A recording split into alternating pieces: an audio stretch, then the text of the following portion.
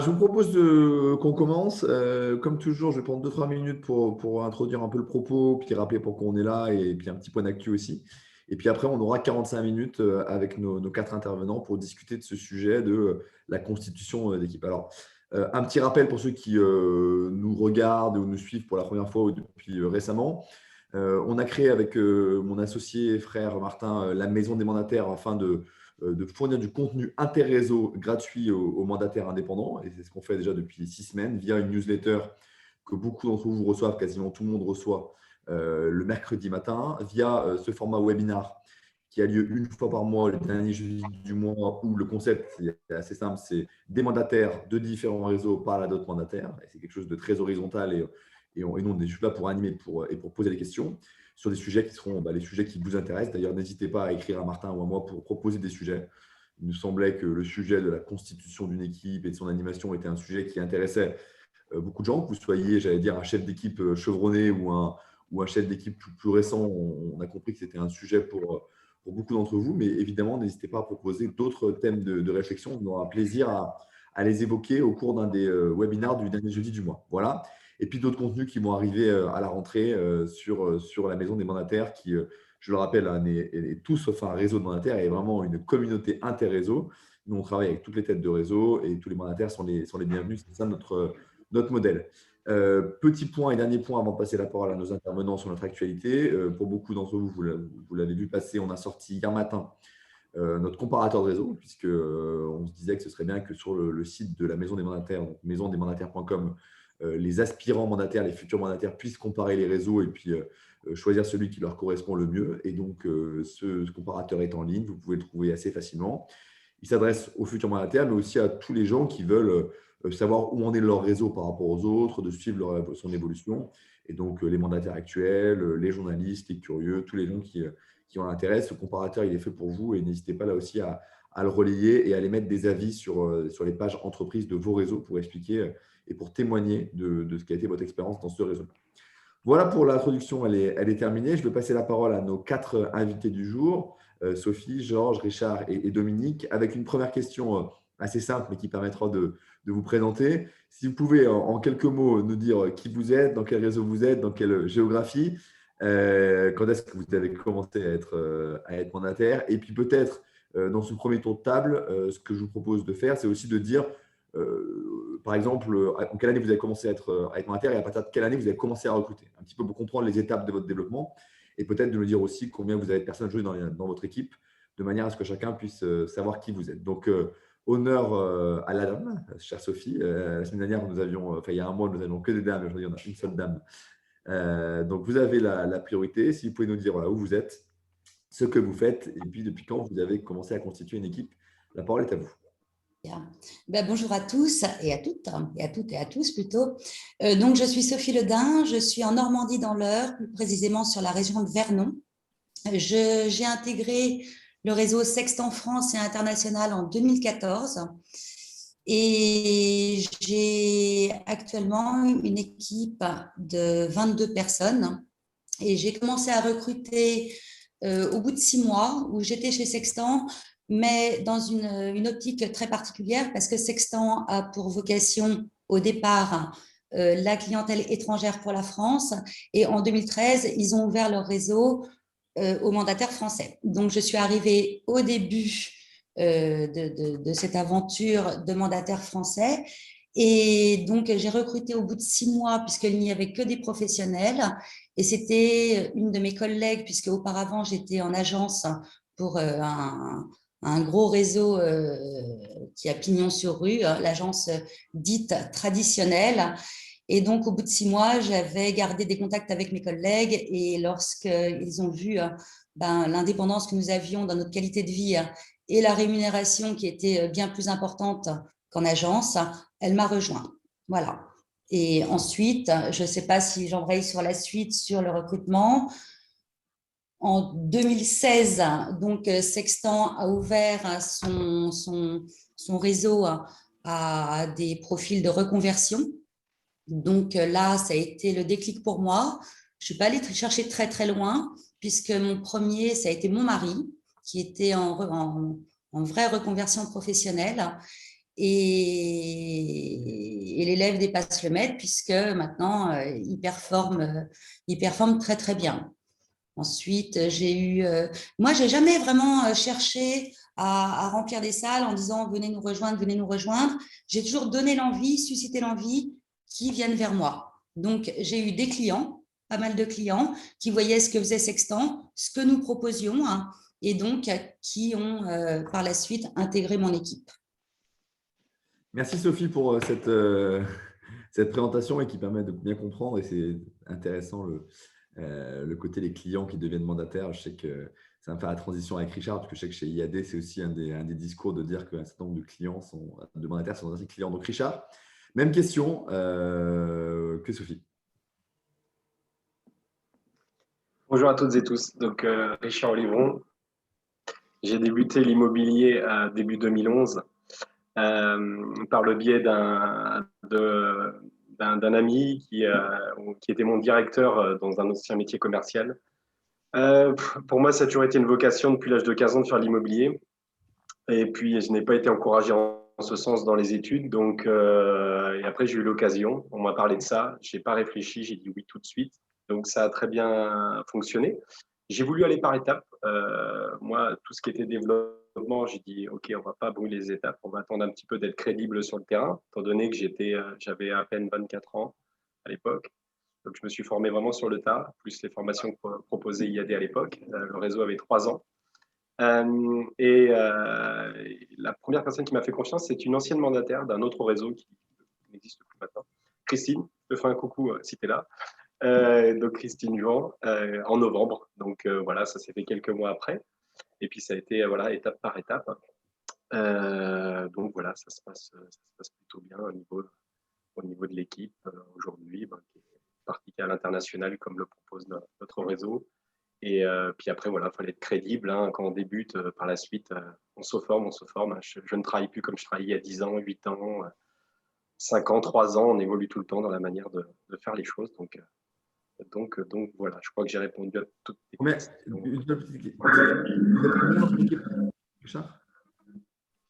Aujourd'hui, nous sommes près de 120 personnes, donc 120 conseillers, avec l'arrivée d'une trentaine de conseillers qui ont moins d'1 an.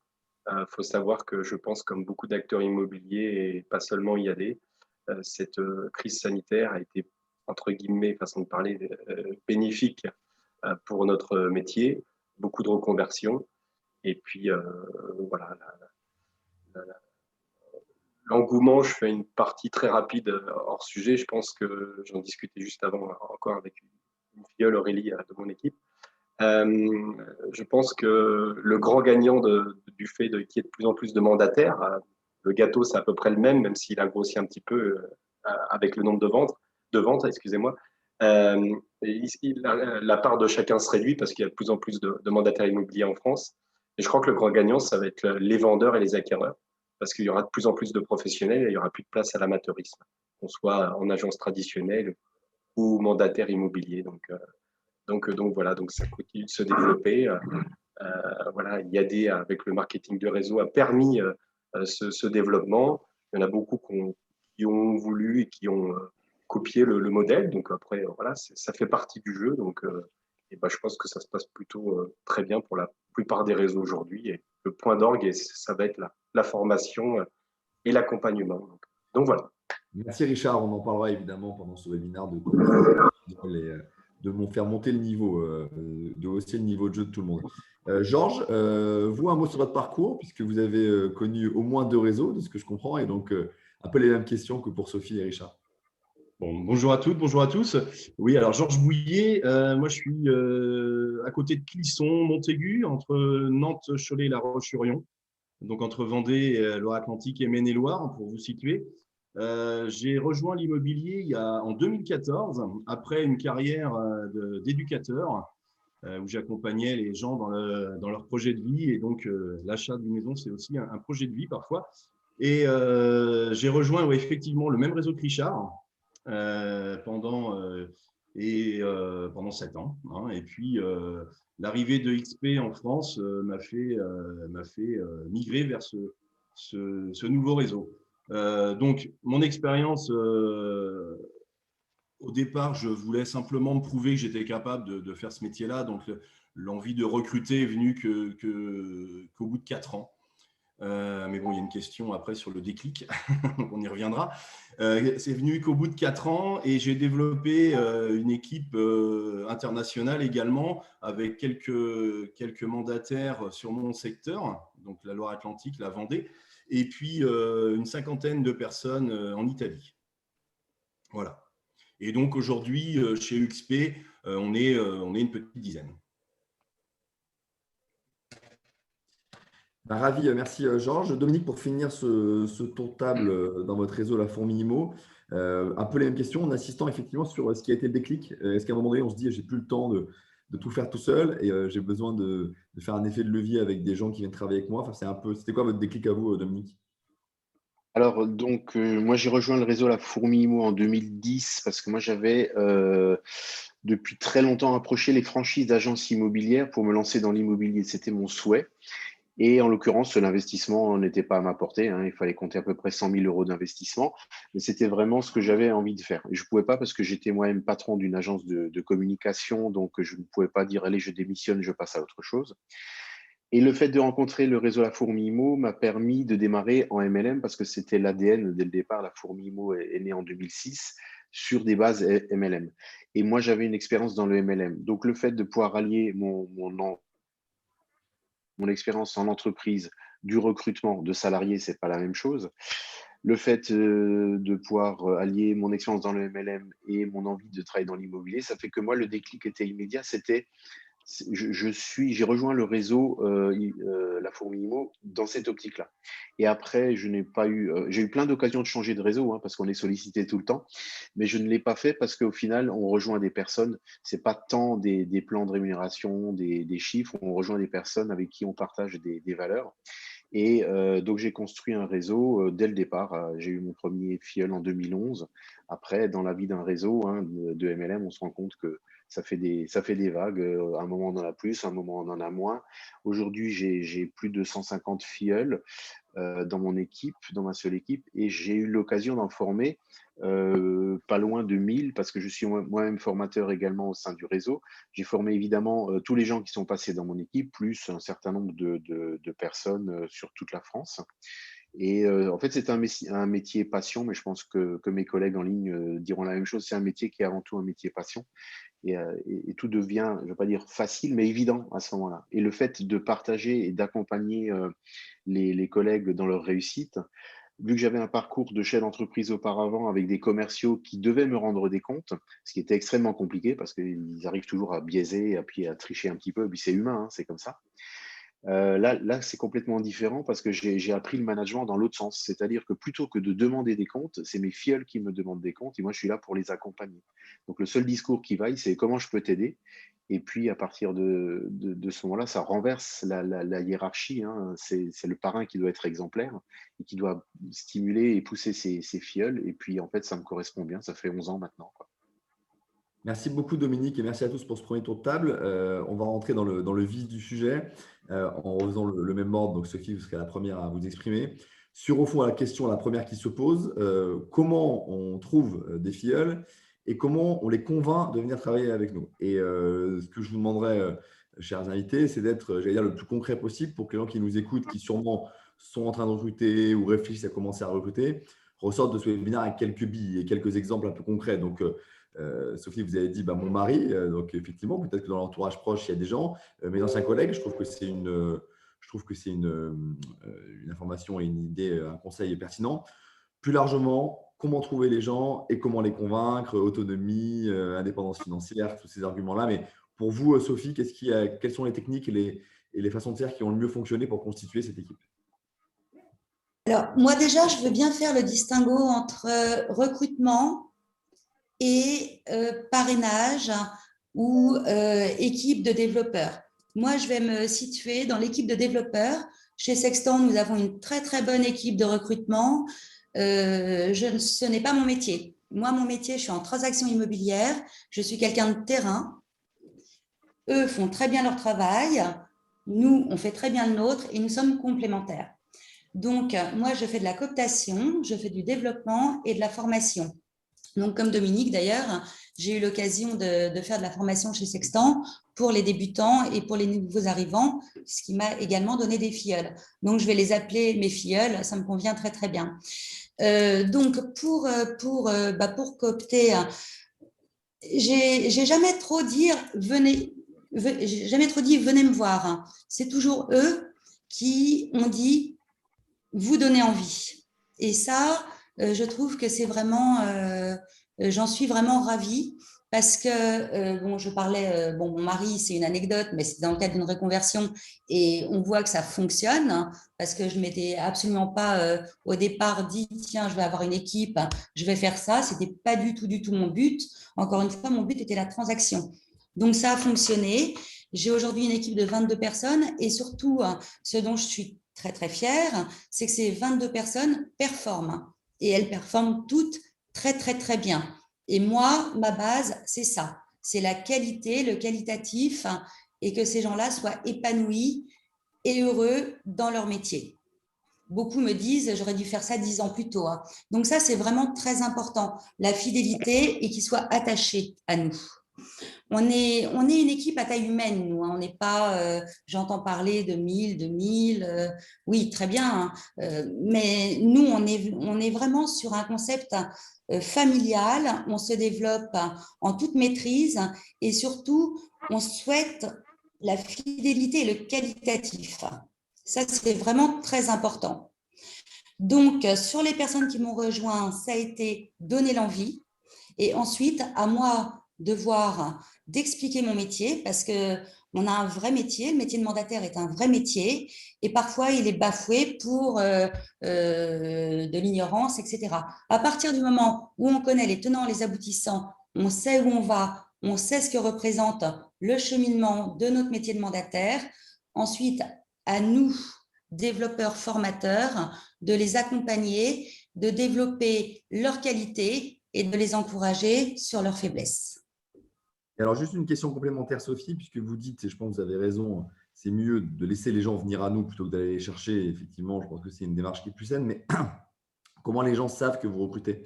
Alors, des clients vous ont vu à l'œuvre, et ça, je pense qu'effectivement, c'est un canal qui est utile. Est-ce que, par exemple, sur les réseaux sociaux, vous faites savoir que vous recrutez, vous faites savoir que vous cherchez des talents? Comment ces gens-là sont venus vers vous, les 22 que vous avez aujourd'hui? Ben, écoutez, encore une fois, oui, il y a sur mon équipe, parce que sur mon équipe de 22, il y en a 3 qui sont devenus développeurs recruteurs. Donc, j'ai vraiment une équipe qui est très solide. Alors, effectivement, après, on peut agir sur les réseaux sociaux. Tout est ouvert pour faire venir les gens à nous. Mais encore une fois, Sextant fait ça très, très bien. Moi, mon métier, c'est de les accompagner et de développer chez eux des talents, d'enrichir leurs points positifs et de combler leurs points de faiblesse. C'est vraiment là où je suis actrice. Vous savez, on est vraiment une équipe qui est très soudée. Donc, on travaille tous ensemble. Quand je disais tout à l'heure que j'étais en lien avec Flavien au recrutement, c'est tout à fait exact. On est complémentaires. Lui, son métier, c'est de recruter. Moi, je suis quelqu'un de terrain. Je ne veux pas le remplacer. Lui n'ira pas faire de la transaction. Mon métier, moi, c'est la transparence et que chacun qui arrive aujourd'hui dans le réseau soit formé comme quelqu'un de Sextant France et international avec les valeurs et tout ce que ça représente et que lui-même, s'il le souhaite, après évolue dans ce métier de cooptation de développeur ou de formateur. Merci Sophie, ça permet de comprendre aussi un peu les spécificités d'un réseau par rapport à l'autre. Ce qu'on comprend, c'est que chez Sextant, le recrutement est assuré par la tête de réseau et ensuite vous prenez le relais. Pas forcément, non, pas du tout. On peut également recruter, c'est pas au contraire. Mais simplement, moi, mon rôle, c'est de les accompagner. Mon rôle aujourd'hui, c'est pas demain d'avoir 100 personnes qui m'appellent pour venir me voir, qui m'appellent, au contraire. Mais si vous voulez, je suis vraiment très, très à cheval sur ce qualitatif. Aujourd'hui, on a une note de 4,7 sur une satisfaction client. Je veux aujourd'hui que chaque personne qui rentre chez Sextant soit recrutée dans du qualitatif et formée sur du qualitatif. Pour toute personne qui arrivera demain dans notre réseau, ça sera également l'assurance d'avoir ce qualitatif. Très clair, merci Sophie. Richard, pareil, les deux questions en étant le plus concret, le plus opérationnel. Comment tu as trouvé tes gars et puis les gens qui travaillent avec toi et comment tu les as convaincus une fois que tu les avais trouvés de te rejoindre? Oui. Ben, je ne vais pas être là pour vendre mon réseau, quoi que ce soit. Après, ce n'était pas le but de notre webinaire, je crois. Juste faire preuve de comment on est arrivé là. Étant donné que j'étais jeune, ma liste chaude, comme on appelle, je connaissais peu de personnes, façon de parler. Donc, il a fallu se différencier. Donc, déjà, être bon sur le terrain. Et chemin faisant, j'ai pu rencontrer des personnes qui ont vu voir par les résultats. Parce qu'en fait, il faut savoir que la moyenne de mon équipe, pendant très longtemps, ils avaient 10 à 15 ans de plus que moi. Donc, il fallait au moins crédible par d'autres choses, donc du concret, du terrain. Au tout début, mais c'est obsolète, c'est pour ça qu'il faut faire preuve de flexibilité et s'adapter aux nouvelles technologies. Au tout début, j'ai utilisé le système gratuit du Bon Coin avec des annonces de recrutement.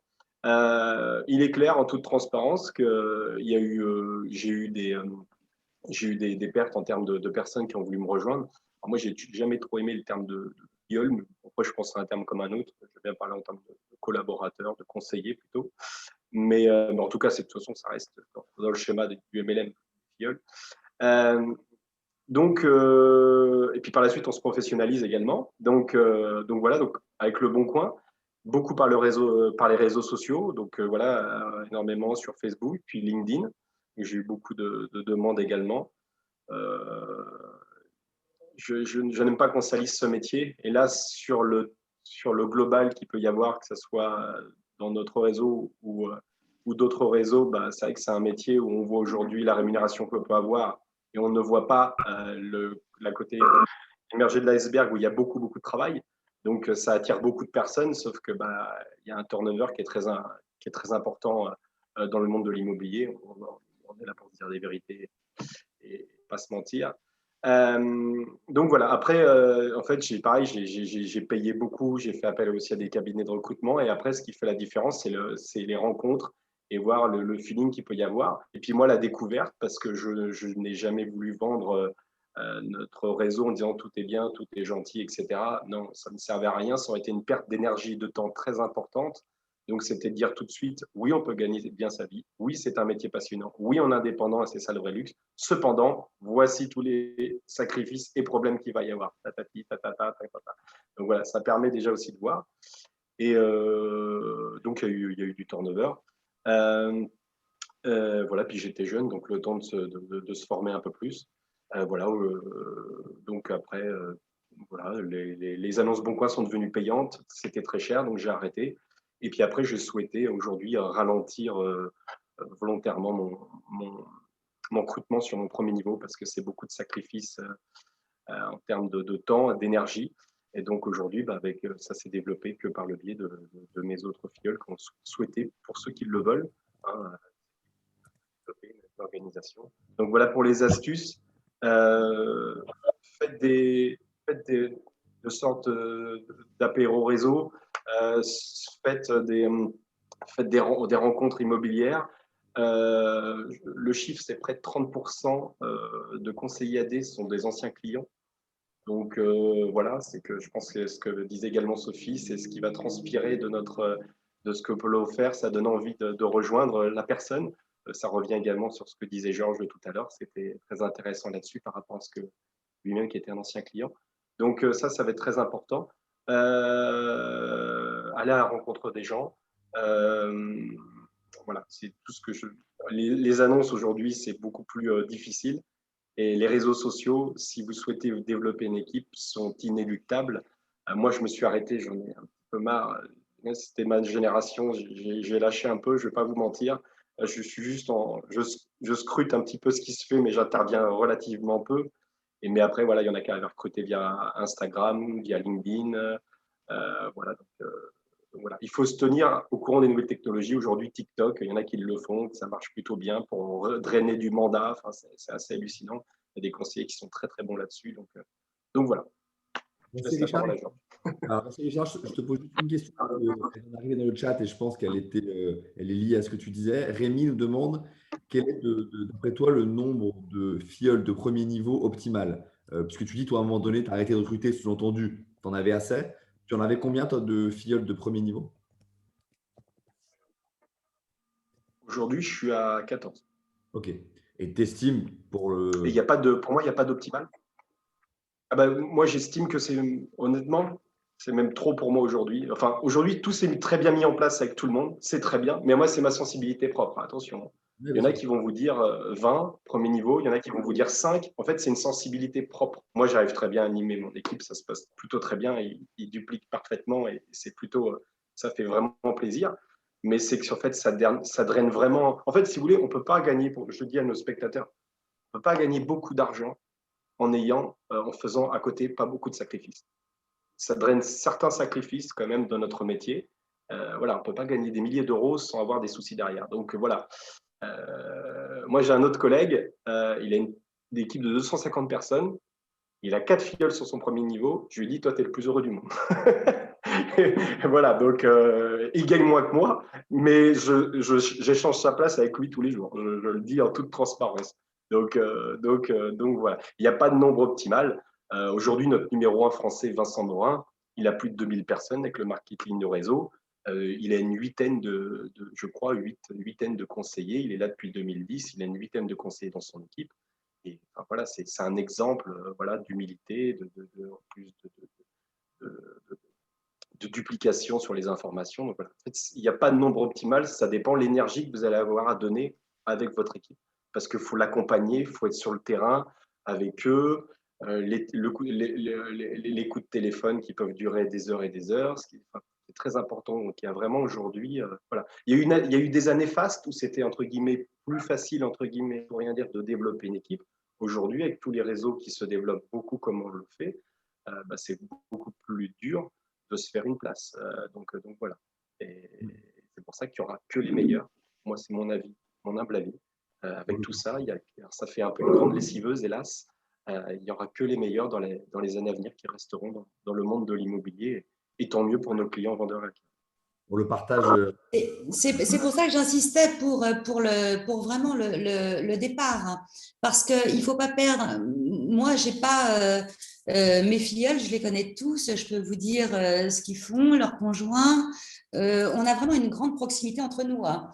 C'est vraiment très important, très, très important. Moi, si je ne vois pas en eux un chiffre d'affaires, en revanche, il ne faut pas se voiler la face. On sait que celui aujourd'hui qui est capable de le faire, qui a la volonté de le faire, parce qu'il n'y a aucune obligation chez Sextant de devenir développeur, hein, c'est si on a vraiment la fibre pour le faire, il faut avouer aussi que c'est rémunérateur. Hein. Moi, j'ai aucune honte à le dire. Hein.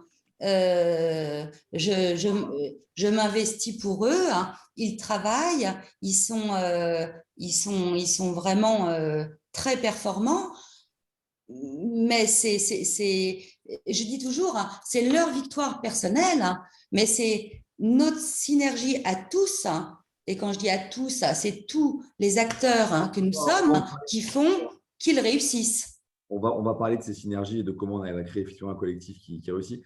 Merci Richard pour la réponse. Dis donc que tu ne donnes pas de nombre de filleuls optimal, mais tu dis que 14 c'est trop et que 4 et 8 c'est pas. Non, mais que c'est beaucoup et que 4 et 8 c'est bien, donc ça donne quand même un indice pour les gens. Mais tu as raison, c'est une question de sensibilité et d'énergie. Mais merci pour cette réponse, c'est très pertinent et très concret. Georges, vous aussi, comment vous avez trouvé, alors j'imagine que beaucoup d'astuces ont été citées par les gens avant, mais vous, comment vous avez trouvé votre équipe à la fois quand vous étiez chez IAD puis maintenant chez UXP, les trucs et astuces qui peuvent aider et qui peuvent donner des bons conseils aux gens qui nous écoutent? Oui, effectivement, il y a beaucoup de choses qui ont été citées. Alors, les réseaux sociaux, je rejoins Richard, c'est l'incontournable. Ça fait peut-être aussi partie de ce qu'on nous dit chez IAD, puisque j'étais là-bas. Hein. Mais les réseaux sociaux, les rencontres clients, comme disait Sophie, voilà. Ouais, effectivement, on en discute forcément lors d'une visite et puis, le courant passe bien, les gens se questionnent, sont en reconversion et ils ont envie de nous rejoindre. Donc, pour constituer une équipe, c'est vrai qu'au départ, on lance un peu des perches dans tous les sens, les réseaux sociaux, même Pôle emploi. On fait des réunions, on présente le modèle et puis j'ai envie de dire, on prend au départ ceux et celles qui veulent, quoi, hein, au départ pour constituer l'équipe. Et effectivement, alors c'est vrai que moi aussi, je vais parler de Vincent Morin parce que je pense que c'est le modèle, hein, avec plus de 2500 personnes dans son équipe sur tous les pays. Et il était intervenu en Italie sur un Zoom comme ça où il disait que en fait, il fallait faire du nombre au départ et la qualité vient au fur et à mesure, quoi. Donc, c'est vrai qu'au départ, on prend ceux et celles qui veulent nous rejoindre. Une fois qu'on a présenté le modèle, l'idée, ce n'est pas de leur mentir, c'est d'être assez franc sur les avantages, les inconvénients, ne pas faire rêver. Il y a plein d'émissions de télé qui peuvent laisser penser que l'immobilier, c'est sympa. On se cogne dans un mur, on fait rire les clients et puis on les attire. Voilà. Aujourd'hui, avec un peu plus de recul, je vais plutôt sélectionner les personnes. Et bon, je suis en Vendée et ça, c'est un mot très à la mode puisque toutes les entreprises recrutent et ont beaucoup de mal à recruter sur le savoir-être, puisque après le savoir-faire, en fait, on va le donner, on va en formant les gens, en les accompagnant. Donc, c'est le savoir-être qui est très important. On est dans une profession avec de l'humain, avec du relationnel. Si on n'a pas le savoir-être, si on recrute quelqu'un parce qu'on se dit, tiens, c'est du MLM, s'il vend bien, vu la soif d'argent qu'il a, il va me rapporter, c'est un mauvais calcul sur le long terme. Voilà ce que moi j'en dirais. C'est vraiment le savoir-être, moi qui… Après, on convainc les gens avec ce qu'est notre réseau, en fait, avec ce que propose notre réseau, la rémunération, le MLM, l'actionnariat me concernant, l'international, enfin voilà. Et ce que sont les gens aussi, ce qu'ils ont envie. Il y en a, l'international. Moi, au départ, d'ailleurs, le MLM, je m'en fichais, hein. Merci, Georges. Je peux me permettre d'intervenir une seconde parce que moi, ça me fait un petit peu bondir, Georges. C'est pas du tout ni contre vous, ni bien sûr contre soi. Il faut que ce soit constructif. Mais moi, lorsque j'entends, oui, on fait venir plein de gens et puis après, on voit ceux qui réussissent, tant mieux, tant pis. Moi, c'est pas du tout dans ma philosophie du métier. Hein. Parce que, pourquoi ? Parce qu'en fait, au bout, qui est-ce qu'il y a au bout ? Ce sont nos clients. Et nos clients doivent absolument avoir aujourd'hui une qualité, un qualitatif qui appartient à un réseau. Aujourd'hui, j'en ai 22. Vous pouvez aller voir 22, n'importe lequel. Il aura un qualitatif qui sera irréprochable. Ça, j'en suis persuadée, les yeux fermés. Moi ou mes autres confrères développeurs. Moi, lancer des billes en l'air en attendant que ça retombe, voir si ça retombe côté pile, côté face, je ne le voudrais jamais. Jamais, ni pour l'image de mon réseau et jamais, ni pour la réussite des gens qui souhaitent faire ce merveilleux métier, parce que c'est un merveilleux métier. En revanche, comme vous le disiez, c'est un vrai métier, c'est pas un métier où on se prend les pieds dans le tapis et où on fait rire tout le monde. Ça, je suis entièrement d'accord. Mais il faut absolument, moi, c'est mon point de vue, il faut que quelqu'un qui aujourd'hui rentre chez Sextant ait les moyens de réussir, donc on l'accompagnera jusqu'au bout et au final, ça sera nos clients. Parce que notre seule raison d'être, c'est ça. Je me permets d'intervenir. Je pense qu'on a compris votre intervention, Sophie, depuis le début. On a très bien compris. En fait, ça se fait sur le nombre. Moi, je vais vous dire, j'ai été voir propriétéprivée.com il y a quelques années. J'ai été voir propriétéprivée.com. Thierry Galdeano, qui est un dirigeant de propriété.com, qui fait partie des gens qui ont compté. Homme délicieux, j'ai trouvé très sympa. Je le suis sur les réseaux. Discours pareil, on ne veut pas grandir, on veut être machin. J'ai jamais dit ça. Pas de souci. Est-ce que j'ai dit à un moment donné qu'on ne voulait pas grandir ? Non. Ils étaient 500 et aujourd'hui ils sont énormément nombreux. En fait, si vous voulez, je peux comprendre que l'image par rapport à ce qu'a dit de manière transparente Georges, l'image en fait de dire on prend tout et on verra comment ça va se passer, ça peut choquer. Oui, ça peut choquer un petit peu les propos de Georges. Après, Georges fait preuve de transparence et que le je but, dis pas que c'est comme, ce que je fais. voilà, Non, en mais plus, moi, je suis pas c'est pas dit ce qu'il d'accord avec faisait. ça non Le but, plus, hein. c'est Après, sélectionner. chacun sa On est tous façon. d'accord. Moi, c'est pas une critique, hein. C'est Mais pas du tout une critique. moi, j'ai pas. Attendez. Je, je vais Je juste l'ai compris comme une petite critique, ouais, en tout cas. je vais juste intervenir une seconde pour tout le monde. On veut faire parler tout le monde, on aimerait bien que tout le monde parle. Si c'est un débat entre 2-3 personnes, c'est pas le but pour ceux qui participent. Donc ça va être le tour de Dominique. Vous avez bien fait de répondre tout à l'heure, Richard, il n'y a pas de souci. On aimerait bien que tout le monde parle. Ça va être le tour de Dominique. Donc si je peux me permettre de couper ce débat-là, je le comprends et on le comprend tous. On y reviendra d'ailleurs avec plaisir. S'il y en a qui ont plus que 45 minutes, c'est avec plaisir pour qu'on reste. On a que 45 minutes et j'aimerais bien que tous les intervenants parlent. Donc que Georges puisse finir et que Dominique enchaîne. Merci. Merci, tu as tout à fait raison, mais c'est vivant et c'est aussi ça qui fait le charme de ces métiers et de ces réseaux. L'idée, c'est vraiment de donner des conseils. Et je trouve, moi, ce qu'a dit Georges est effectivement d'une grande honnêteté. Et là, on est là pour aussi avoir des conseils un peu adaptés. Alors, bien sûr, l'idée, c'est pas de prendre tout le monde. Et je pense que la vérité, elle est entre ce que dit Sophie et ce que dit Georges. Et au fond, vous n'êtes pas si loin. Mais je trouve que l'idée de dire au début, on dit un peu oui à tout le monde. Et puis, au fur et à mesure, on devient plus exigeant sur la qualité, sur la formation. Je trouve que c'est un conseil qui vaut quelque chose. Et la deuxième chose que je retiens de ce que dit Georges, c'est quand même quelqu'un qui n'a pas les compétences, il peut les acquérir. Quelqu'un qui n'a pas le savoir-être, c'est plus compliqué. Et je trouve que ça, c'est un excellent conseil aussi que nous a donné Georges. Dominique, à vous de conclure cette premier tour de questions sur comment trouver des gens et puis comment les sélectionner, peut-être en étant le juge de paix des deux positions qu'on a entendues, si on peut dire. On vous écoute. Je vais faire juge de paix parce qu'au final, Sophie défend un point de vue que j'entends souvent et elle a entièrement raison. Richard a entièrement raison et Georges aussi. C'est une question de sensibilité personnelle également. Parce qu'au final, nous on dit, et encore, je suis d'accord, je ne suis pas là pour défendre mon réseau, on est là pour faire de l'inter-réseau et de parler de développement d'équipe en général. En fait, on donne sa chance à tout le monde. Parce qu'au final, on se rend bien compte, parce que nous, on a lancé là le pack starter à 0 €. En fait, pour autant, tout le monde ne vient pas. Il y a des gens qui ne sont pas du tout intéressés. Par contre, ceux qui veulent se lancer, on leur donne leur chance. Et puis, il y a des gens qui se réalisent, il y a des gens qui ont envie d'apprendre et il y a des gens qui n'ont pas envie. Comme le disait très bien Georges, en fait, l'attitude est plus importante que les aptitudes. Il y a des gens qui veulent démarrer et qui pensent tout savoir, mais qui ne se mettent pas en route. Et il y a des gens qui ne savent rien, mais qui sont prêts à apprendre et ils apprennent en toute humilité. Après, par rapport à ce que disait Richard aussi, c'est vrai que, et par rapport à la question qui avait été posée, le nombre idéal de filleuls, alors quand on dit filleuls, c'est les personnes que nous-mêmes, on a fait rentrer dans l'équipe, hein, c'est un terme de MLM.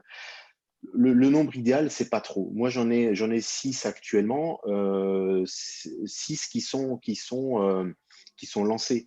Et ce qui est intéressant dans le MLM, c'est la duplication, c'est que chacun va s'occuper aussi de son premier niveau. Parce qu'on ne peut pas s'occuper individuellement d'une équipe de 100 personnes. Et même de 10, c'est énorme, 14, c'est énorme. Et si c'est des débutants, c'est 1 ou 2 à la fois pour avoir le temps de les former et leur transmettre ce qu'ils vont pouvoir dupliquer. Et alors les secrets, et là j'innove un peu dans le concret par rapport à ce qui a été dit, je ne suis pas du tout réseaux sociaux, ça n'a jamais été mon truc. Alors j'y suis par la force des choses, un peu en mode veille, mais je n'ai recruté personne, ni par LinkedIn, ni par Facebook, ni par d'autres réseaux sociaux.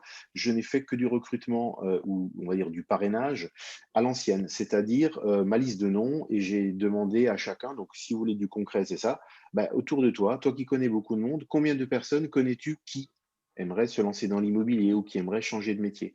Vraiment à l'ancienne. Et du coup, c'est ce que j'ai dupliqué dans mon réseau. Les réseaux sociaux, ça peut permettre de penser qu'on va pouvoir recruter un inconnu venu de nulle part qui va faire un carton, mais je ne sais plus qui l'a dit. C'est pas ce qui fonctionne, c'est quand il y a des affinités entre les personnes. C'est quand on se connaît. Je ne parle pas d'entreprise familiale parce que c'est un terme que tout le monde utilise. Mais si on s'intéresse aux personnes, tout le monde ne va pas avoir des résultats. Mais au final, si on s'intéresse aux personnes que pour l'argent, aucune n'aura de résultat. Donc au final, on développe une équipe dans la bienveillance et dans l'accompagnement, et le résultat se fait par la suite. Et beaucoup par affinité. Les gens qui ont décidé de débuter leur carrière avec moi, c'est parce qu'ils voulaient aussi à un moment se lancer dans l'immobilier, ils ne savaient pas à qui s'adresser. Ils me connaissaient, ils m'ont fait confiance. Tous n'ont pas réussi, parce qu'au final, il y a des gens qui se rendent compte aussi que malgré la meilleure volonté du monde, C'est pas un métier pour eux. Mais tant qu'ils l'ont pas testé, ils savent pas. Ça veut pas dire pour autant qu'ils donnent une mauvaise réputation, hein. Ils essayent, ils font les choses proprement. Moi, ça me va. Évidemment, dans beaucoup de réseaux, y compris dans les agences traditionnelles, il y a des gens qui font n'importe quoi parce que tout le monde recrute. Donc, on recrute et il y a beaucoup de turnover. C'est comme ça. Je dis pas qu'il faut recruter n'importe qui, mais donner sa chance à tout le monde. C'est pas tout à fait pareil. C'est très juste et vous avez l'art du compromis, cher Dominique. Je rejoins Dominique Je repars Merci. dans le, sur les valeurs. je repars pour un tour de questions et cette fois, on va commencer par vous, Dominique, qui venez de terminer. Encore une fois, de manière très concrète, quand on recrute son premier ou son deuxième conseiller, c'est quoi l'accompagnement qui était le vôtre? Et je vais donner des exemples sans savoir si c'est ceux que vous avez retenus, mais on l'accompagne à son premier rendez-vous prospect, on l'amène soi-même à un rendez-vous client, on passe 1 heure à ses côtés quand il fait de la prospection. De manière très concrète, vous, comment vous avez, encore une fois, sur les premiers, je pense qu'après, peut-être qu'il y a d'autres techniques qui se mettent en œuvre, mais sur les premiers filleuls que vous avez recrutés, c'était quoi, vous, Dominique, votre façon de les accompagner sur les premiers mois, on va dire? Ben, en fait, la réponse était un peu dans votre question. C'est vrai que on accompagne nos filleuls au premier rendez-vous mandat, au deuxième rendez-vous mandat, à chaque rendez-vous avec les clients, dès lors qu'il y a une négociation, parce qu'évidemment, ça nécessite un minimum. Encore une fois, moi, je n'avais pas l'expérience, donc je ne pouvais pas dire que j'accompagne parce que j'ai l'expérience. J'avais une expérience professionnelle et surtout, ce qui est important dans notre métier, c'est pas d'être un super vendeur, c'est pas d'être un commercial, c'est de savoir écouter. Et ça, je savais faire. Donc, j'ai développé cette aptitude-là en accompagnant mes filleuls lors de leur premier mandat, lorsqu'il y avait des baisses de prix, les premières visites, les premiers compromis de vente et les premiers actes authentiques. Donc, comme ça, ils ont vu la totalité du processus. Pour autant, il y en a qui ne souhaitent pas être accompagnés en disant non, non, mais moi je vais me débrouiller tout seul. Et c'est là où le rôle du parrain est important, c'est que ceux qui veulent se débrouiller tout seuls, il y en a qui réussissent tout seuls, et il y en a qui à un moment appellent à l'aide en disant mais en fait, j'y arrive pas, aide-moi. Et donc, ce que j'ai développé et ce que j'ai dupliqué également, c'est le fait de définir un contrat au départ avec notre nouvelle recrue, notre nouveau conseiller, pour voir avec lui à quel moment veux-tu que je t'appelle, à quel moment veux-tu que j'intervienne, parce qu'il y en a qui ne veulent pas du tout qu'on s'occupe d'eux et pourtant ils réussissent. Et il y en a, on s'occupe de tous les jours et ils ne réussissent pas. Donc, ça dépend des tempéraments et de l'envie de chacun. Et donc, on signe un contrat réciproque en disant je te suis dans tel cas, tu m'appelles dans tel cas, c'est moi qui t'appelle, et demain, on va faire une journée de prospection terrain. Une journée, non, pas une journée, c'est par 2 heures, 2 heures, 3 heures de prospection terrain, et on y va ensemble. Par contre, l'initiative, après, doit venir également de la part du nouvel agent, du nouveau conseiller, parce que s'il attend qu'on le mette en route, ben, le jour où on ne l'appelle pas, il ne se met pas en route. Donc, ça demande beaucoup d'écoute, de patience, et puis surtout de définir les conditions d'accompagnement au départ. J'aime beaucoup cette idée de un peu accompagnement à la carte et de contrat. Je pense que ça peut donner des idées à beaucoup de gens qui nous écoutent. Merci Dominique pour cet exemple. Georges, vous, chez IAD, maintenant chez UXP, c'est à la carte ou est-ce qu'il y a des rendez-vous? Je ne sais pas, par exemple, je prends le langage de l'entreprise, de dire est-ce qu'il y a un rendez-vous annuel ou un rendez-vous mensuel avec les nouvelles recrues pour faire un point? Quelle est un peu votre façon d'accompagner ces gens-là au début? Oui, c'est à la carte également, puisque faut pas oublier qu'on est tous des indépendants. Donc, il y a pas de lien je suis pas ton chef, tu n'es pas mon salarié. Enfin, voilà. Donc, moi, un peu à l'image de Dominique, je vais pouvoir expliquer ce que je peux faire dans l'accompagnement. Je vais proposer également que la personne, ça c'est mon héritage d'éducateur, je vais montrer comment je travaille et c'est lui qui m'accompagne. Et puis après, il essaie de dupliquer de la même manière et je suis là et on va débriefer après, voir ce qui a été, ce qui n'a pas été. Voilà, ça c'est pour un accompagnement de proximité, mais encore une fois, à la carte, il faut quand même qu'il y ait une relation et par rapport à ce que je disais tout à l'heure, le savoir-être, il faut qu'il y ait une relation qui soit sincère et authentique entre les deux personnes, dire ce qui va, ce qui ne va pas. Donc ça, c'est pour la proximité. Après, il peut y avoir un accompagnement plus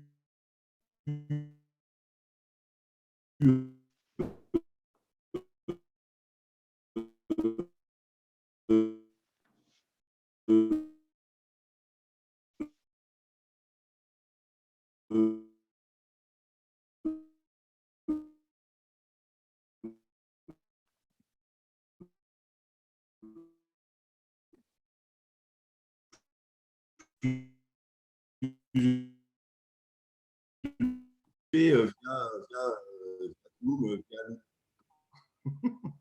Tout le monde entend là Oui, allez-y, Jean, allez-y. D'accord. On a juste fait un travail d'équipe ensemble via Zoom ou via les outils que nous offre le réseau. Donc, avec un avatar où j'ai des cheveux. Bon, c'est un détail. Voilà. Merci Georges. Pour continuer, Richard, chez toi, et peut-être comme beaucoup d'éléments ont déjà été évoqués, je te repose quand même la question de l'accompagnement des premiers jours, des premiers mois, parce que j'imagine que tu as aussi des trucs et astuces.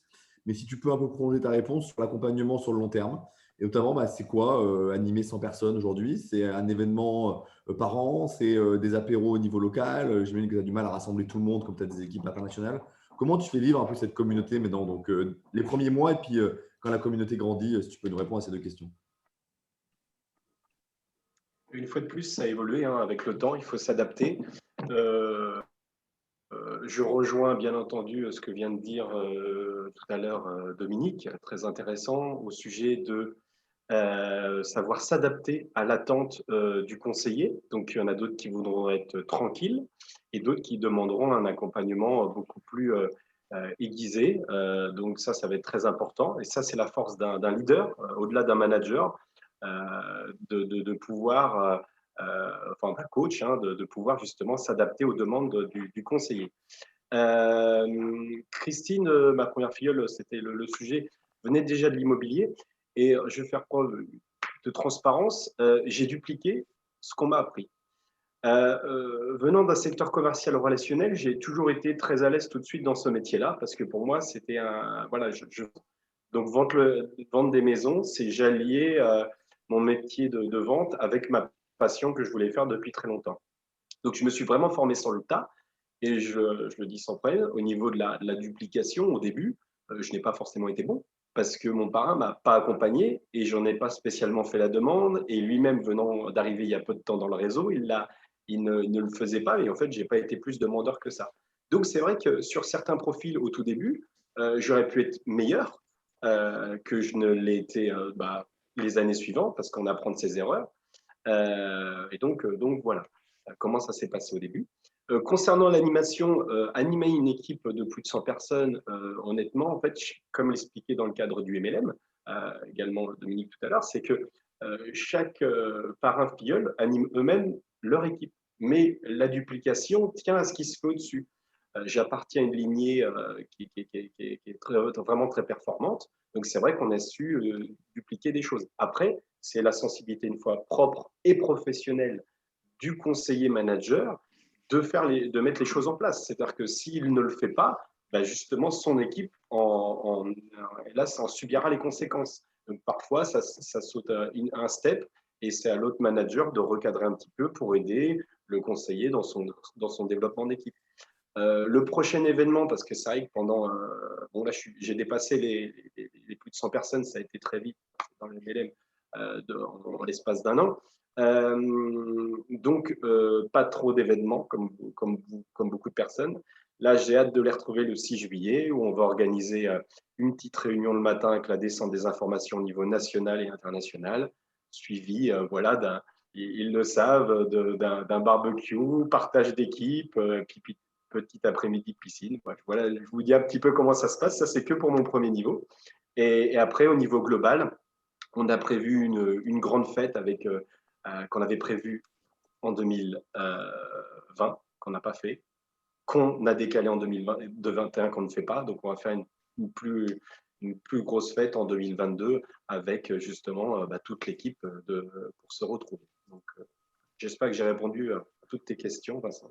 Tout à fait répondu et ça fait bien le tour de table. Vous, avec vos 22 personnes, c'est quoi? C'est un événement mensuel hors Covid, peut-être? On fait des webinars ou c'est une boucle WhatsApp? C'est quoi la façon de communiquer avec votre équipe, Sophie? Alors moi, c'est pareil. Moi, je rejoins Dominique. Je fais beaucoup à la carte. C'est-à-dire qu'on valorise les points forts parce qu'il y en a qui ont une aptitude à prendre du mandat, d'autres qu'on…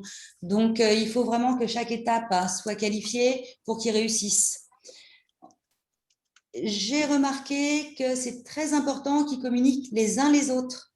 Moi, je suis pas un chef d'équipe. En fait, il faut du brainstorming et on s'apporte beaucoup les uns les autres. y compris dans mon équipe, mais avec les autres équipes. Vous avez des gens qui arrivent et finalement, ils ont des problèmes. Nous, ça fait 10 ans, 15 ans qu'on fait ce métier et on n'a pas on n'a peut-être pas ou oublié, je ne sais pas, mais entre eux, ils s'apportent énormément. Alors, faire de l'interaction, quand il y en a un qui réussit à prendre du mandat, l'autre qui a plus de problèmes, et ben faire cette interaction, plus de cerveau valent mieux qu'un. Et nous, on est là pour ça. Donc, ça permet une synergie entre les équipes aussi. Après, pour tout ce qui est contact entre mes équipes, comme beaucoup, on n'a pas pu se voir physiquement pendant cette période. En revanche, on est toujours resté en contact. Et alors, nous, on a organisé pareil, des barbecues avec les conjoints parce qu'on fait un métier un petit peu particulier. Alors, comme ça a permis de créer un petit peu plus de liens entre nous. Bowling, voilà. Alors, pour les gros événements, c'est pareil, nous, c'est un petit peu différent. Il y a Brice, fondateur de Sextant avec Mathieu, qui fait le tour des équipes par région, 10 par 10, toujours dans cette idée de proximité, de communication et de synergie entre nous. Voilà. Merci Sophie. Alors, il nous reste 3 minutes. Dominique, vous avez levé la main, donc je vais vous redonner la parole. Peut-être la dernière question, à mon avis, ça appelle des réponses très courtes. Et merci Richard de dire que tu répondras aux questions après. Je pense que c'est très, très apprécié parce que ça intéresse beaucoup. Peut-être aujourd'hui, les uns et les autres, en commençant par Georges, comment vous répartissez votre temps entre le recrutement, mais surtout l'animation, et puis le fait de continuer à faire de la vente terrain? Je pense que ça intéresse aussi les gens de voir comment, quand on a 100 personnes, 20 personnes, 150 personnes, on répartit son temps. Donc, chez vous, Georges, comment ça se passe aujourd'hui? Alors, oui, pardon. Ou comment ça se passait avant quand vous étiez chez IAD? Ouais. Alors, chez IAD, j'avais pas beaucoup enfin, j'avais des gens de proximité en France, et puis j'avais l'Italie où, bon voilà, j'y passais une semaine de temps en temps. Aujourd'hui, on est sur un réseau tout neuf, il y a plein de choses à faire et monter notamment l'équipe. Donc, c'est vrai qu'aujourd'hui, je suis quasi à 50-50, alors que c'est une petite équipe. Donc, c'est presque un peu de trop. Mais à côté de ça, c'est vrai qu'on a un marché qui est un peu tendu, où je n'ai pas beaucoup de mandats en ce moment. Donc, voilà, je peux avoir plus de temps aussi pour l'équipe. Donc, c'est plutôt intéressant parce qu'on est au début de cette équipe, justement. Et c'est très important de forger quelque chose, une unité, quelque chose qui nous donne envie de continuer à travailler ensemble sur la durée. Enfin, pour moi, c'est ça le plus important, c'est cette humanité qu'on va mettre entre nous. Donc, oui, 50-50 aujourd'hui. Après, l'idéal, c'est de passer quand même plus de temps à la production, enfin, à mon sens, hein, mais chacun fait comme il veut, à la production qu'au recrutement. Okay.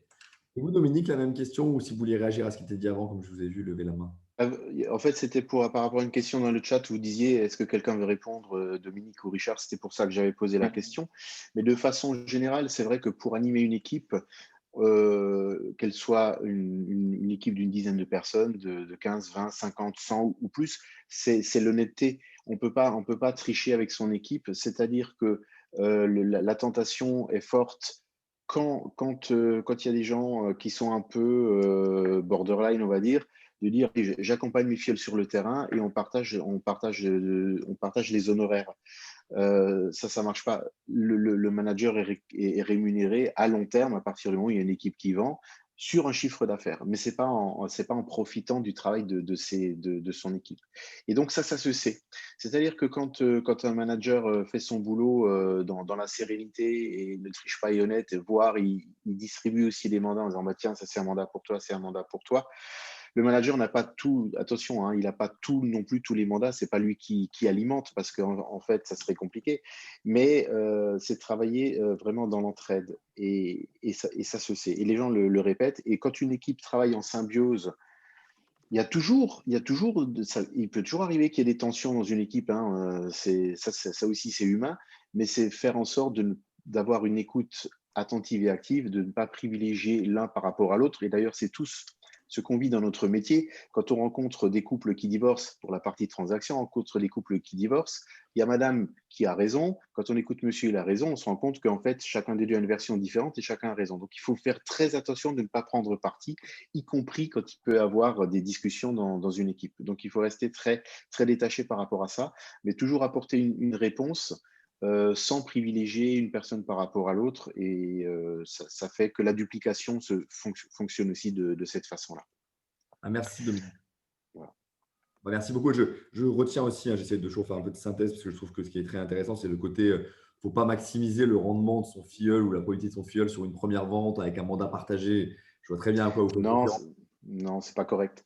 Au final, c'est du long terme. C'est-à-dire que ce qu'on gagne quand on développe un réseau, qu'on anime une équipe, la rémunération est à long terme. Quand on vise le long terme, on fait les choses, on prend le temps de semer et on récolte plus tard. Mais il faut le faire avec conviction. Si on le fait juste pour gagner du pognon, ça ne marchera pas parce qu'on va s'impatienter bien avant d'avoir gagné sa première commission réseau. Je suis d'accord avec Dominique, il a des bonnes valeurs morales qui ressemblent aux nôtres et ça fait bien plaisir.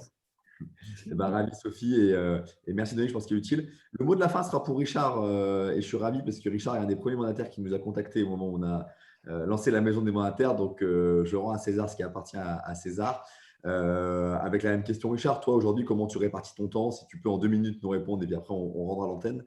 Et puis peut-être sur ce que vient de dire Dominique, le long terme, j'imagine et je sais parce qu'on en a déjà parlé ensemble que c'est aussi ta stratégie et ce sont tes valeurs. Oui, après, au niveau du temps, ça évolue beaucoup. Je dois faire un minimum de maintien de qualification chez IAD qui est de 25 000 en tant que manager Platinum associé. J'ai fait en moyenne entre 80 et 100 000 chaque année pendant de nombreuses années. Là, j'essaye de réduire parce que du coup, avec l'animation des équipes qu'il y avait, plus pas mal de gestion des choses, plus quand on souhaite développer une équipe. Aujourd'hui, donc, je mets le frein vraiment personnellement, moi, sur le développement. Mon équipe le fait de son côté. Et j'ai plaisir aujourd'hui en fait, à travailler en binôme. Je retrouve de l'énergie là-dessus parce que, comme je dis, c'est quand même un métier qu'on le fait à fond qui est quand même assez usant. Faut le savoir, vous le savez tous, même ceux qui sont spectateurs. Même si on le fait avec plaisir, ça peut être très, très usant. Et en fait, j'ai un ami d'enfance qu'on se connaît depuis l'âge de 5 ans, Frédéric, qui m'a rejoint il y a 8 mois et qui travaillait avec mon parrain chez IAD, Julien, et moi. Donc, on était 3. Et lui, il n'a pas voulu nous suivre à l'époque. Il ne le sentait pas. Et du coup, là, il a vu évoluer. Et puis, ce n'était pas le bon moment du tout pour lui. Comme quoi, je n'ai jamais forcé. C'est très important. Alors, je l'ai aiguillé, mais je n'ai jamais forcé. Vas-y, viens. Ça a été le bon moment pour lui. Et aujourd'hui, je travaille en binôme. Donc, en termes de temps, on repasse sur du 50-50 quand même. Ouais. Aujourd'hui, il y a beaucoup de terrain, puis énormément de recos. J'ai fait je ne sais pas combien d'avis de valeur depuis le début de l'année, d'estimation, avis de valeur. C'est assez fou. Donc voilà, une activité assez importante et de travailler ensemble, ça donne une belle énergie et donc tant mieux. Merci beaucoup Richard et je pense qu'on a abordé pendant on a un peu décalé, on a dépassé l'heure qu'on s'était donné, même 45 minutes, mais c'est une bonne chose. Et l'idée maintenant, ceux qui, j'allais dire, n'ont pas de questions ou ont appris à cette chose, vous pouvez nous quitter. On vous donne rendez-vous le jeudi de fin juillet. On en fera sûrement un fin juillet, même si ce n'est pas une période très propice. Et puis sinon, fin août pour la rentrée, je pense que ça intéressera beaucoup de gens le dernier jeudi fin août pour se redonner un peu de peps avant de repartir pour la rentrée. Je vais laisser la parole à Martin qui va sélectionner les questions et peut-être les poser à nos panélistes parce qu'il y a des questions, même si beaucoup ont été abordées et répondues. Donc voilà, Martin, je te passe la parole. Moi, je vais me mettre enlever la vidéo, mais voilà. Bien sûr, pas de souci. Pas de souci. Donc, pour ceux qui ont un peu des questions, mettez tout ça dans le chat, on va les poser. La seule règle, un peu point d'intervenant, on va essayer de faire assez vite sur les réponses et concret parce que j'imagine que vous aussi, vous avez des obligations et ceux qui nous posent des questions un petit peu aussi bientôt. Donc, on va prendre les questions une par une. Allez-y, posez-les. Si vous pouvez d'ailleurs nous dire à qui concernent les questions, il n'y a pas de souci. Si vous avez des questions pour des intervenants spécifiques, n'hésitez pas à le dire. On va se prendre 10-15 minutes de plus si on peut. Et voilà, on va répondre. Vous pouvez juste réactiver ma vidéo parce que j'avais été coupé et puis du coup, je n'arrive pas à réactiver ma vidéo. Pardon, ok. Alors, je pose juste la première question et je réactive Dominique. Alors, Alors, juste si les intervenants, vous avez aussi accès à l'onglet Converser, donc vous pouvez voir les questions. Je ne sais pas, Georges, si vous voulez répondre à la première, je pense que vous pouvez la voir. Oui, ne pensez-vous… Ah, je ne la vois plus. Ouais. Ah ouais. Ne pensez-vous pas… Enfin, oui, le fait de… Ne pensez-vous pas que le recruter, ça va être… il va y avoir trop de monde, hein. En gros, c'était ça la question, je ne la vois plus. C'est ça, exactement. Et effectivement, c'est le risque. Et c'est aussi pourquoi je peux dire à certaines personnes qui me disent j'ai envie de vous rejoindre et tout, j'ai pu leur dire je ne pense pas que ce soit le bon moment, attendez peut-être un peu. Aujourd'hui, il n'y a pas beaucoup de mandats sur le marché, c'est compliqué. Il y a des périodes qui sont plus fastes. Voilà. Après, si vous voulez vraiment vous lancer, venez, mais il faut être sincère, hein, j'en suis convaincu. Donc, d'accord. Ok, c'est très clair. Sur le nombre de filiales, Moi, on a j'avais dit un compris petit… que c'était sur le volume, hein, la question, non? À recruter de plus en plus, non, c'était pas ça? Alors, Mais oui, bon, moi, je suis toujours dans ma logique de maîtrise. Et après, du travail, je pense, il y en a pour tous. Et le marché est toujours fluctuant. Aujourd'hui, il est peut-être un peu plus au ralenti, mais qui viennent, hein, parce que demain, il sera encore différent. Donc, ils vont avoir le temps de se former et d'expérimenter leur métier. d'accord, très clair. Merci. On a une question de Romain. Quelle est la botte secrète pour qu'une équipe d'indépendants puisse bien s'épanouir ensemble? Je ne sais pas, Richard, si vous voulez répondre à cette question. Ça va Un tenir, peu. question intéressante. Ça va tenir vraiment à l'attitude du manager. Moi, j'ai eu des mecs. Moi, j'ai créé une formation là-dessus au tout début, avant un process de recrutement de quelqu'un qui souhaite rejoindre. J'ai créé avec le temps des formations pour justement limiter la perte de conseillers. Et aujourd'hui, le turnover dans l'équipe est très, très, très peu pour éviter justement ces déceptions parce que ça me tient à cœur, justement. Le problème, si quelqu'un fait excusez-moi l'expérience, si quelqu'un fait de la merde dans un réseau, ça va entacher les autres. Donc, comme un gros réseau comme IAD, vous entendez bien que les gens, c'est les biais cognitifs là-dessus, ils vont se faire un plaisir. Le bouche à oreille, il va 10 fois plus vite qu'un bouche à oreille positif. Donc, quand tu fais très bien ton métier et qu'il y en a un qui commence à mal le faire, eh ben, tu le prends pour toi. Donc, moi, ça m'a vite agacé. Je dis, ça fait partie, les affres de faire partie d'un réseau et d'un réseau comme IAD. Donc, on a, avec le temps, professionnalisé là-dessus, ce qui fait que moi, je travaille dans l'Indre-et-Loire, on est 150 conseillers, et je reviens sur la précédente question, on travaille en transversalité. C'est-à-dire qu'il y a des gens qui ne sont pas de la même lignée. Demain, on fait un événement managérial, on est 40 managers, on n'est pas de la même lignée, mais le but, c'est de faire pousser le réseau vers le haut avec beaucoup de partage d'affaires. On fait énormément de partage d'affaires. C'est-à-dire qu'on a une vente sur deux de partage d'affaires. Donc ça, c'est très important entre IADiens. Moi, je me souviens quand on a débuté, on se faisait un petit peu disant oh, vous n'êtes pas formés, les mandataires, vous êtes des guignols, surtout les agences fixes qui ne voulaient pas faire du partage d'affaires. Aujourd'hui, les agences fixes viennent à tout prix nous voir pour faire du partage d'affaires. Ça, c'est quand même très important là-dessus. Et la botte secrète, pour répondre, c'est vraiment l'attitude du conseiller. Moi, j'ai vu les attitudes. C'est tout bête. Hein. Moi, j'aime pas tout ce qui est discours PNL, machin. C'est pas, moi, ça m'agace. Voilà. Il y en a qui sont poussés pour eux. Moi, ça m'agace. Par contre, c'est vrai que les gens positifs, les gens rayonnants, les gens travailleurs, sur ce qu'il fait chez IAD, les plus belles réussites, c'est ces gens-là. Les gens qui sont toujours en train de se poser des questions, oui, mais, etc., ça n'arrive pas. Donc, un développement tient vraiment à son parrain et sa marraine. Et les rencontres, parfois, ça fait que ça ne le fait pas. Il y a des gens qui ont parrainé quelqu'un, au bout de 6 mois, ils se rendent compte que ça ne l'a pas fait parce que le feeling n'est pas là. Ok, très clair, merci. Je vois que Dominique lève la main, je vais redonner la parole. Et d'ailleurs, je pose une autre question au passage tout à l'heure qui vous a été posée, Dominique, à laquelle on n'a pas pu répondre, sur comment communiquent entre eux, mais je pense de manière assez concrète, comment communiquent tous les filiales entre eux. Est-ce que vous avez des plateformes, est-ce que vous avez des groupes WhatsApp, des Slack? Je sais que voilà, c'est des outils qui sont utilisés dans des boîtes de 50, 100 personnes. Comment ils arrivent à communiquer entre eux? Et puis, si vous levez la main aussi, si vous voulez rebondir sur la réponse de Richard. Ok. En fait, j'ai levé la main par rapport à une question qui m'a vraiment interpellé. C'est dans le chat, c'est Lacroix Pascal qui demande commercialiser des biens, être développeur, est-ce vraiment le même métier? Donc, Allez-y. j'aimerais bien répondre à cette question. Alors, je peux commencer par répondre à cette question et Ouais, ensuite allez-y, bien répondre à la sûr. question de la communication.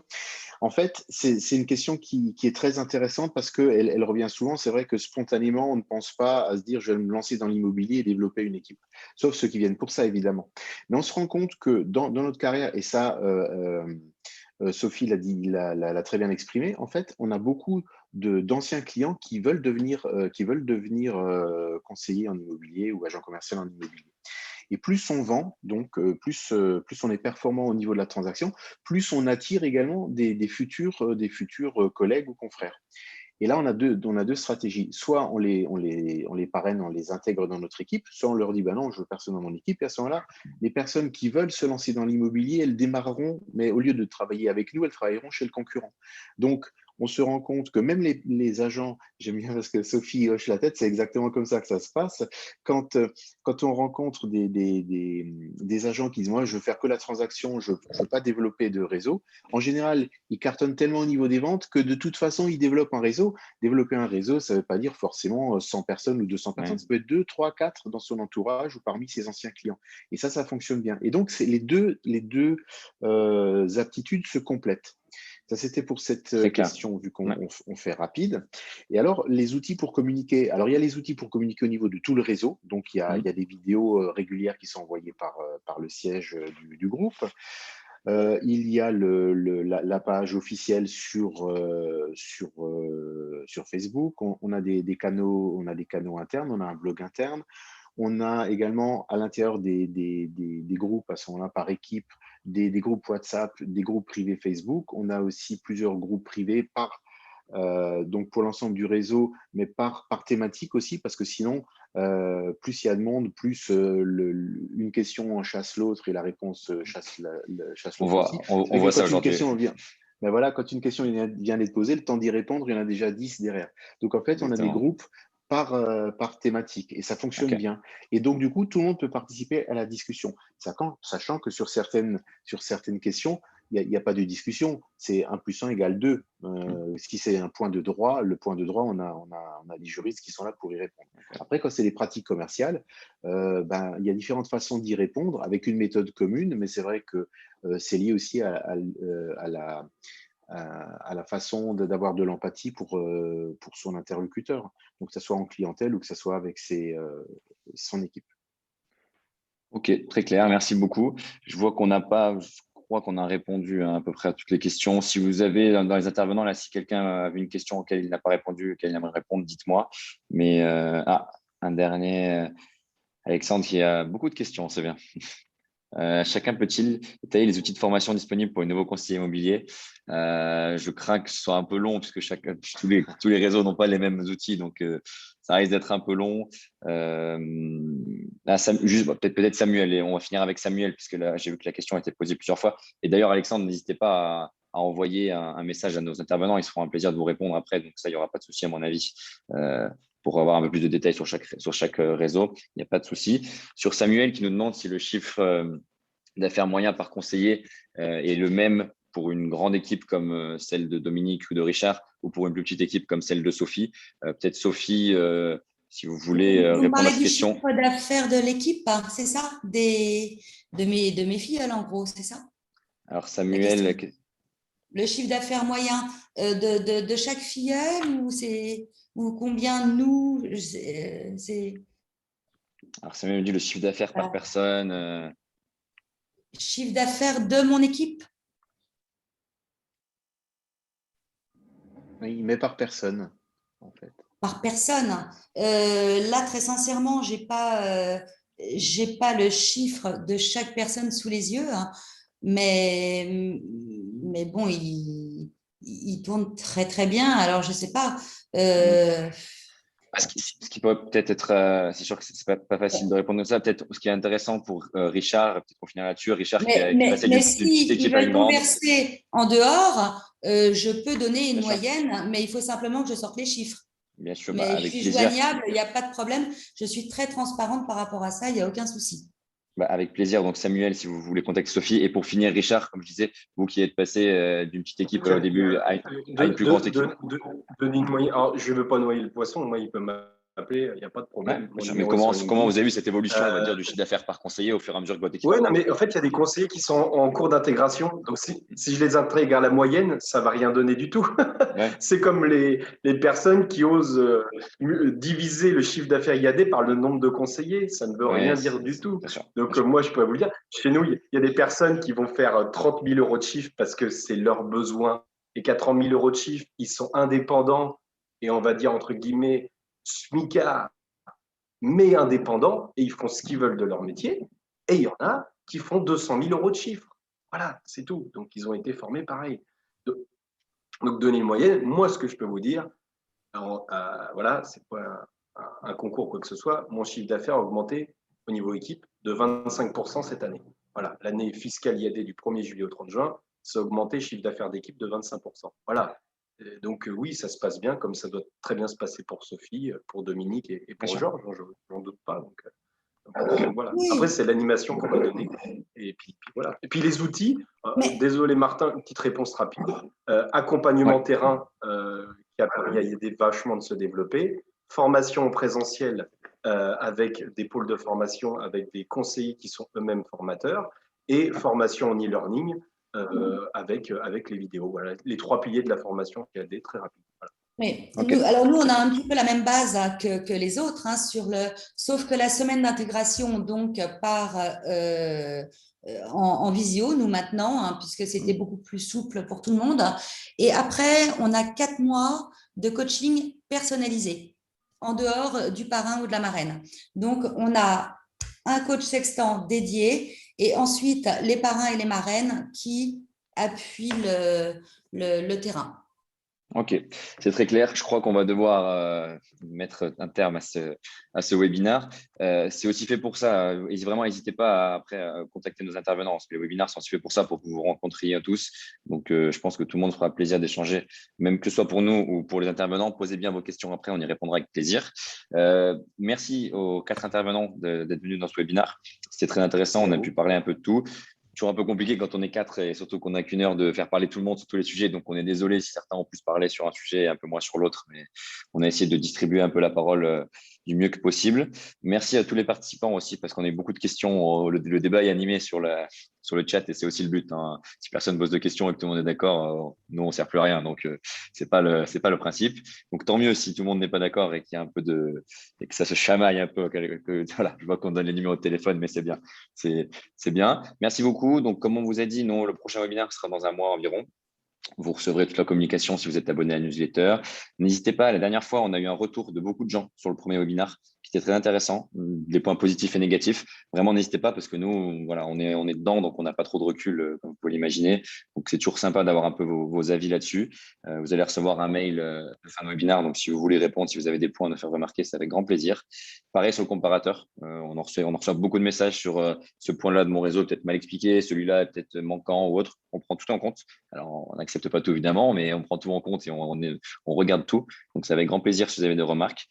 On est ouvert à tout ça et voilà. Donc, il me reste à vous remercier. Vous souhaiter une bonne fin de semaine. Je ne peux pas répondre à la dernière question, mais qu'il n'hésite pas à m'appeler. Voilà, c'est ça, exactement. Mon téléphone, voilà, et je répondrai avec plaisir. Exactement. Et puis sinon, pour ceux qui ont LinkedIn, nous, je sais qu'on a beaucoup parlé avec les 4 intervenants sur LinkedIn, donc ils sont disponibles. Vous pouvez aussi envoyer des messages si vous n'avez pas directement le numéro de téléphone. Donc vraiment, n'hésitez pas. Merci beaucoup à tous. Passez une bonne fin de semaine. Merci beaucoup. Au revoir. Merci. À bientôt. Merci Martin. À bientôt. Au revoir.